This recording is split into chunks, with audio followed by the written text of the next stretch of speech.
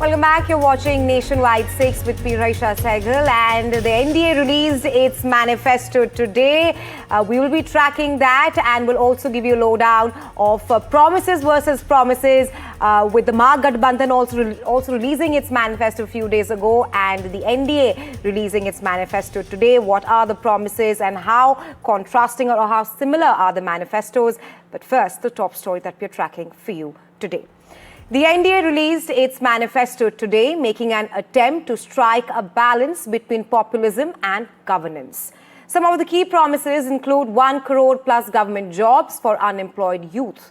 The NDA is promising skill centers in the state of Bihar as well. There will be centers of excellence, an international airport in Patna, defense corridor, semiconductor park. The emphasis clearly on investments as well. The NDA has promised 9 lakh crore in infrastructure alone for Bihar. The alliance has said that it will also develop Sitamarhi as an international spiritual city.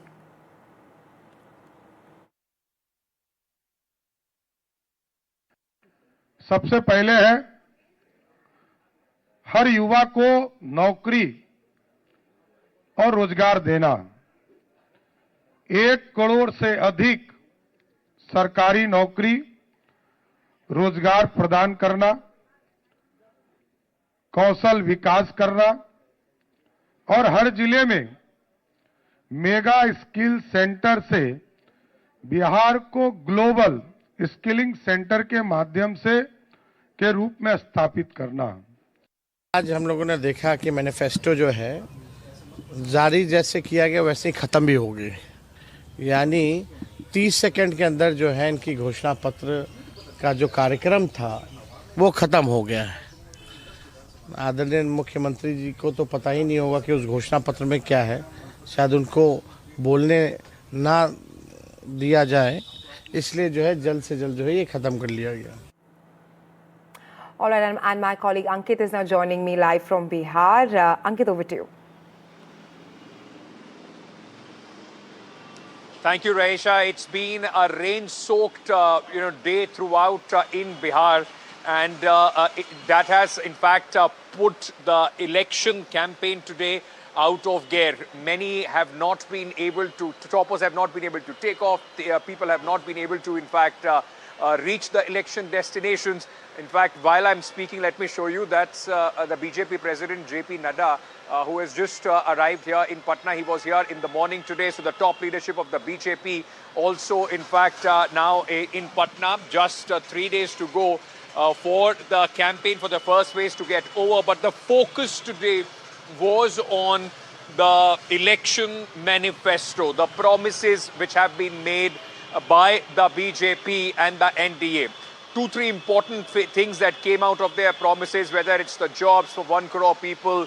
They have spoken about, developing Patna, international airports, 4 airports to come in, and 125 unit free electricity. They have also spoken about increasing the farmers' the Kisan Nidhi, that the assistance the farmers get, by 3,000 rupees yearly, and will take it to 9,000 rupees. So a lot of promises have been made as far as this manifesto is concerned. Now, in these promises, a few things that stood out.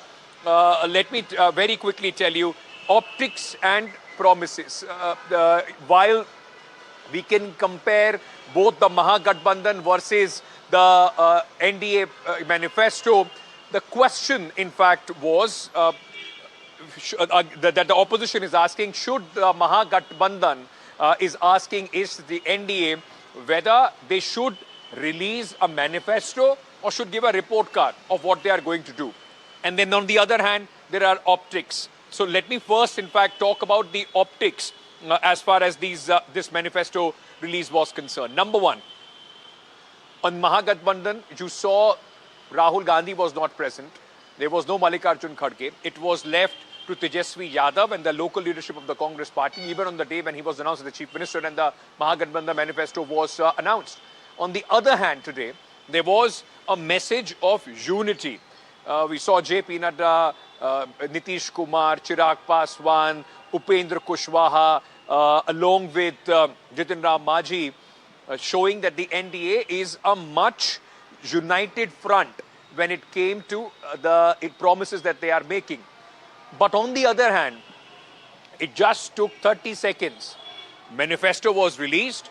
The Chief Minister, Nitish Kumar, on whose name elections have, after elections have been fought, did not take any question, didn't say anything, just left along with JP Nadda. They just showed the booklet, didn't even highlight what the booklet said, and they left. It was left to Samrat Chaudhary to, in fact, answer the questions that Samrat of the media and highlight the various points. Apart from that, this was also an occasion when Nitish Kumar could have been announced as the NDA chief ministerial candidate once they win. Because there is a lot of speculation. That is something that the Mahagathbandhan is hitting out. That was also not done. Remember, in the release of the manifesto of the Mahagathbandhan, Tejasvi Yadav was named the chief ministerial candidate. And since then, the question that they are asking is, if not, who against Tejasvi? So all these optics did play out today. Let me play across some reactions from either side that came on this manifesto release. सबसे पहले है हर युवा को नौकरी और रोजगार देना। 1 करोड़ से अधिक सरकारी नौकरी, रोजगार प्रदान करना, कौशल विकास करना और हर जिले में मेगा स्किल सेंटर से बिहार को ग्लोबल स्किलिंग सेंटर के माध्यम से के रूप में स्थापित करना। आज हम लोगों ने देखा कि मैनिफेस्टो जो है जारी जैसे किया गया वैसे ही ख़त्म भी होगी। यानी 30 सेकंड के अंदर जो है इनकी घोषणा पत्र का जो कार्यक्रम था वो ख़त्म हो गया है। आदरणीय मुख्यमंत्री जी को तो पता ही नहीं होगा कि उस घोषणा पत्र में क्या है, शायद उनको बोलने ना दिया जाए, इसलिए जो है जल्द से जल्द जो है ये ख़त्म कर लिया गया। All right, Sanjeev Srivastava is the senior journalist who is joining us at this moment. So is Sajjan Kumar, political analyst who's been keeping a close eye on the elections of Bihar. Let me bring them at this moment on the broadcast very quickly. First, starting with Sanjeev, with you. When the Mahagathbandhan manifesto was released, there was a lot of talks about optics. Rahul Gandhi not being present there. His picture was shorter than Tejasvi Yadav's picture. Let's turn the page to the optics, political optics that was presented today. Though the top leadership of the NDA was present, all the leaders together, but it took them 30 seconds to just show the booklet and dash out. What does this mean? How does this come across to the voters, like the discussion that we are doing at this moment? So very good evening, Ankit. So first things, in terms of optics, what you're comparing the leadership or who all were there on the stage, the other day, Ashok Gehlot represented, who is a 3-time chief minister and a senior Congress leader. Here, Mr. JP Nadda was the one who is the BJP president. So yes, there maybe the NDA scored in terms of, otherwise the leaders of Mahagathbandhan, other than the senior Congress luminaries like Rahul Gandhi or Kharge, they were there during that manifesto release also. But what is more interesting as an observer, because see, the one big issue in this election is not whether Nitish Kumar will be the chief minister after the elections. That is an obvious one. Whether he'll be announced, whether he, Mr. Amit Shah has also hinted that he will be the chief ministerial candidate. There is no vacancy. But more than that, it is about how fit he is, how healthy he is, how much he is in control and in command of his faculties. And this would have been a very good opportunity for Nitish Kumar to take some questions, answer them, and put to rest all those questions or doubts. That has not been availed by the NDA, which I think is an interesting takeaway or something which is being noticed. Tejasvi also mentioned that, but even if Tejasvi hadn't mentioned that, it occurred to all of us, I guess, that why a 30-second end and a quick exit by Nitish Kumar, whereas he could have, this was an occasion where he could have actually come across as a bold and solid and in full command kind of a leader. So that I think is the major takeaway. Why was Nitish Kumar quiet while the manifesto was being released? Why was he there only for a few minutes or a few seconds? And why did he not? Because he's not. See, there are some leaders we know in the country who don't take questions. But Nitish Kumar has never been one of them. So this was a good opportunity, and for whatever reasons, they allowed it to let it slip by. So those doubts are reinforced, or I don't know what to make of it. But I would have loved Nitish Kumar to speak and to hear him today, Yes. and to see his body language and gestures and all of that. Absolutely. Let me bring in Sajjan at this moment. Sajjan, because the fact remains that from 2015 to जब नीतीश सब फिर से आ रहे हैं, then 2020 Nitish सबके हैं, and the manifesto largely was Nitish के साथ निश्चय. From those days to the day when it's the NDA with the Prime Minister's photo bigger than everybody else, Nitish Kumar and the top leadership comes and dashes off within 30 seconds. What kind of a political message in terms of optics that is sent across? Look, Ankit, to me, this manifesto release seemed to be quite an understatement. They underplayed the event. It could have been made more spectacular, because for ruling party, manifesto is not about what they are going to do, because already the flagship scheme, the anchor scheme around which you are trying to contest the election in this time is Mukhyamantri Rozgar Yojana of Jeevika Didi, coupled with other welfare schemes, right? So manifesto release is an occasion to engage and send more clarity to your electorates on the ground, right? Now, to me, on the ground, what I see, something which is puzzling, that why BJP top leadership are being tangential rather than categorical about Nitish Kumar being chief minister. You say it categorically. Mind it, at this juncture, it's a post Sushil Kumar Modi's BJP Bihar unit. You have no BJP Bihar leader who could match the stature of Nitish Kumar, even when, as has been pointed out, Nitish Kumar is way past his prime. So I think this could have been an occasion to communicate political messages, to allay the confusion, because the opposition has a job to create confusion. And as the ruling dispensation, you should have allayed it. Nitish Kumar is the prime anchor. The scheme, flagship scheme, is the prime issue around which you are trying to have certain edge. And therefore, you have Prime Minister Modi, but Bihar BJP leadership doesn't have the sort of leader who could match the station. And at this juncture, the resonance should have been that yes, we believe in Nitish Kumar, and categorically he should have been given a chance to lead the manifesto release. And I think BJP has Sajjan, missed this opportunity. Sajjan, don't you think it becomes more important also in the context that the Mahagathbandhan has made it a daily point to attack the NDA on the chief minister post? They are trying to question the NDA. Why is Nitish Kumar not being announced? And I'm saying that in context with all the various surveys that you see, where 23 to 28% people do for them who is the chief minister matters. If in any state more than 20% people decide their vote on the face of the chief minister, do you think this confusion, especially in a coalition where the JDU and the BJP voters, many BJP voters you speak to would keep saying, BJP should have gone solo. Why take Nitish Kumar? In that context, it also sends a wrong message to your supporters, isn't it? Yes, Ankit, 2 points. One, to those who do not want to see Nitish Kumar but want to see a NDA constituent, right? No to Nitish Kumar doesn't mean yes to Tejasvi, right?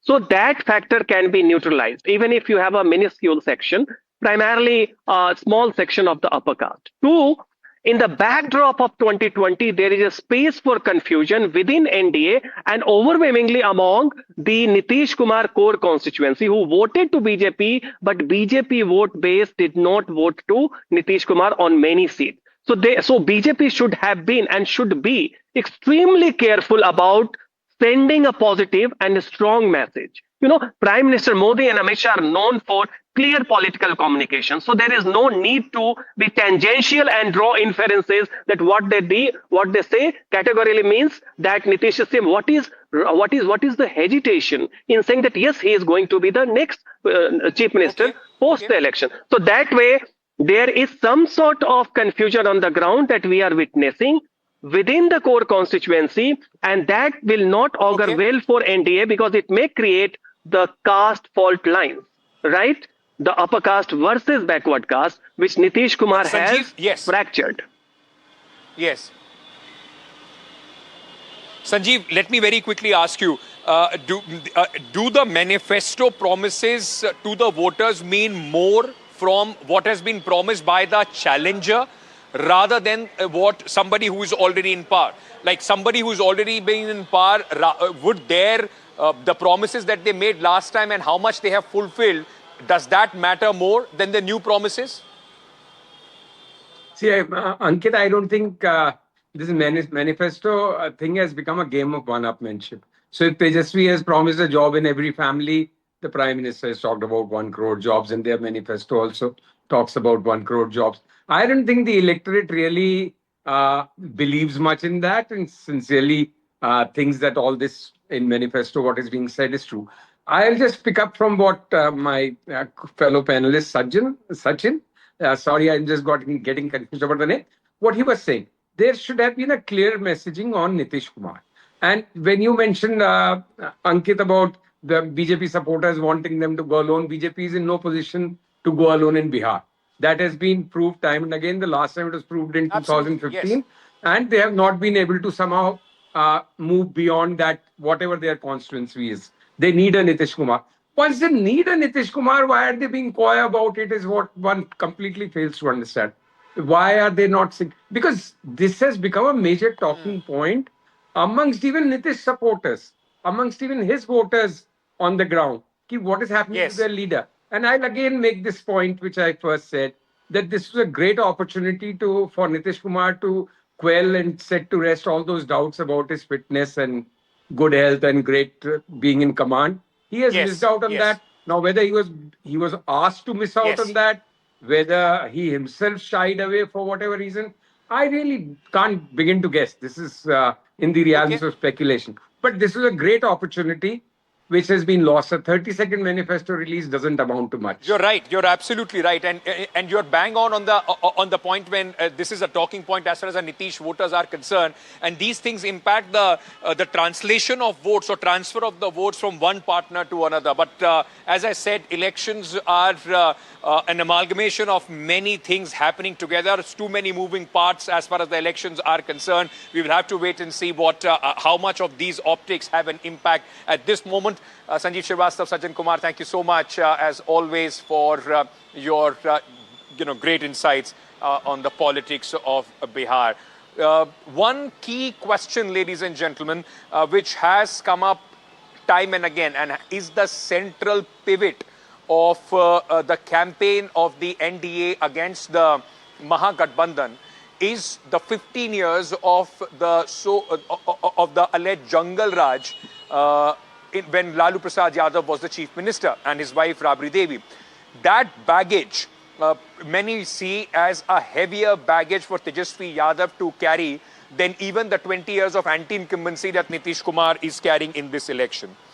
And in that context, what happened in Mokama constituency yesterday during campaign becomes very, very important. The first political murder during a campaign of Bihar election 2025. Now, this becomes a huge talking point. Remember, what happened yesterday was the allegation is that the JDU candidate and Bahubali Dawn, who has multiple cases of murder, attempted murder, Anand Singh, his convoy was passing, and the Jan Suraj candidate who was campaigning in his area, one of his supporters was shot dead, allegedly by Anand Singh's man. Now, it is very interesting because Mr. Yadav, Dulachan Yadav, is a prominent figure in that area. He used to be very, very close to the RJD. And right after him being gunned down and his death, a lot of politics is happening around that. And the question is now being reversed on the NDA, who is really living in the Jungle Raj era? खबर आई है कि मोकामा में जन स्वराज समर्थक एक गुलाबचंद यादव जी को गोली मारी गई है। हम लोग के जन स्वराज के लीडर्स की टीम वहां पर अभी मौके स्थल पर गई है और जैसे ही और ज़्यादा जानकारी सूचना मिलेगी तो उस पर हम लोग कोई वक्तव्य दे पाएंगे। अभी इतनी ही जानकारी है जो कि मीडिया के जरिए आई है कि उनको गोली मारी गई है। आप देखिएगा प्रधानमंत्री जी 30 साल पुरानी बातें करते हैं। 30 मिनट पहले क्या हुआ, आज एक एएसआई की सिवान में गला रेत करके मार दिया गया और दुलार चंद यादव जी की हत्या मोकामा में कर दी गई। तो ये क्या है, किस प्रकार के, किस प्रकृति के लोग जो है बिहार को कब्जा किए हुए हैं, अब समझ में आ रहा है लोगों को। प्रधानमंत्री को आंख खोल करके ये चीजें देखनी चाहिए। Well, so this has become one of the big points. Now, remember, in Bihar, everything specially is seen with the prism of the caste combinations. Dular Chand Yadav comes from the Yadav community and OBC, and the allegation is on Anand Singh's men. Anand Singh hails from the Bhumihar community. Now, in this election of Bihar, Tejasvi Yadav has tried to do a lot of caste engineering, and that could upset this caste engineering as well. But more than anything else, away from the election, a man being shot dead during election campaign brings you back to those haunting days of Bihar when election was a very risky business, when dons and bahubalis used their muscle power in the gun to ensure who wins and who does not vote and who votes. Are we back into that era? Because that's the law and order question that the NDA keeps asking the RJD. The RJD is doing the same. Eventually, it's the people of Bihar who have to see who actually is working towards their development and safety. Well, that's all the time that I have in this broadcast. Quick break. We are coming back. Stay tuned.